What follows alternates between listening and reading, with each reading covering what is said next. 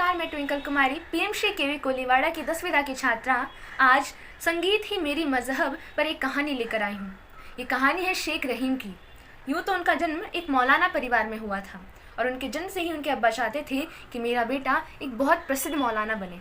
पर कहते हैं ना, किस्मत में वही होता है जो लिखा रहता है, और यही हुआ। एक मौलाना परिवार में जन्मा बच्चा ना जाने कैसे संगीत प्रेमी हो गया और उसने मन ही मन ठान लिया कि मैं बड़े होकर एक गायक बनूंगा। और ये बात उनके अब्बा को नहीं पता थी। दिन बीते, महीने बीते, साल बीते और एक दिन ऐसा आया जब उन्होंने अपने दोस्त अर्जुन को कृष्ण मंदिर में भजन गाते हुए सुना। उनके भजन सुनकर उनके अंदर का गायक भी जाग उठा और उनका भी मन किया कि अपने दोस्त के साथ बैठकर भजन गाए।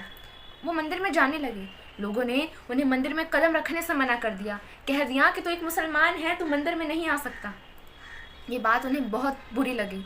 उन्होंने उन लोगों को समझाया, उन लोगों से कहा कि बांट दिया इस धरती को, क्या चांद सितारों का होगा, और नदियों को कुछ नाम दिया, बहती धारा का क्या होगा। शिव की गंगा भी पानी है, आवेश जमजम भी पानी है, मौलाना भी पिए, पंडित भी पिए, पानी का मजहब क्या होगा। और एक हवा में सांस है सबकी, क्या हवा भी नहीं चलाओगे। फिर वो सबसे पूछते हैं कि क्या राम ने मस्जिद तोड़ा था या अल्लाह ने मंदिर। ये सुनकर लोगों ने मानो मौन धारण कर लिया हो। वह कुछ नहीं बोल सके। और इसी मौके पर रहीम जी अंदर जाते हैं और अर्जुन के साथ बैठकर भजन गाना शुरू कर देते हैं। उनकी आवाज़ सुनकर लोग इतने प्रसन्न हो गए कि वो लोग जो उन्हें आने से मना कर रहे थे, वही लोग अब उन्हें रोज़ बुलाते थे भजन गवाने के लिए। और ये बात उनके अब्बा को पता नहीं थी। सच्चाई कितनी ही देर छुपती। जब ये बात उनके अब्बा को पता चली तो उन्हें बहुत बुरा लगा। उन्होंने गुस्से में आकर अपने बेटे को घर से बाहर निकाल दिया। जब रहीम के पास कोई रास्ता ना रहा तो वो उसी मंदिर में जाकर भजन गाने लगा, दिन रात अपना गुजारा करने के लिए। वापस एक चमत्कार हुआ कुछ सालों बाद। एक बहुत प्रसिद्ध गायक उस मंदिर में दर्शन करने आए थे, पर वो दर्शन नहीं कर पाए। रहीम जी की इतनी सुंदर सुरीली आवाज़ ने उनको इतना आकर्षित कर दिया कि उन गायक ने ये सोच लिया कि अगर हमारे देश भारत को अंतर्राष्ट्रीय स्तर पे कोई प्रतिनिधित्व करने जाएगा तो रहीम ही जाएगा। और रहीम जी ने भी इसके लिए हाँ कह दिया। वो गए, उन्होंने अंतर्राष्ट्रीय स्तर पे अपना गाना गाया और प्रथम स्थान भी प्राप्त किया और पूरे विश्व में प्रसिद्ध हो गए।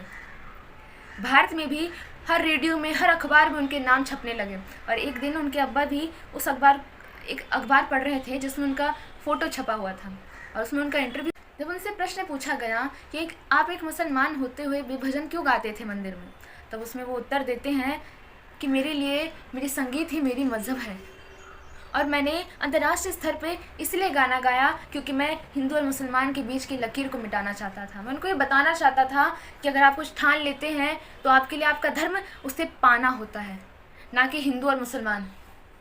तो इसके बाद ये सब पढ़कर उनके अब्बा की आंखों में आंसू भर आते हैं।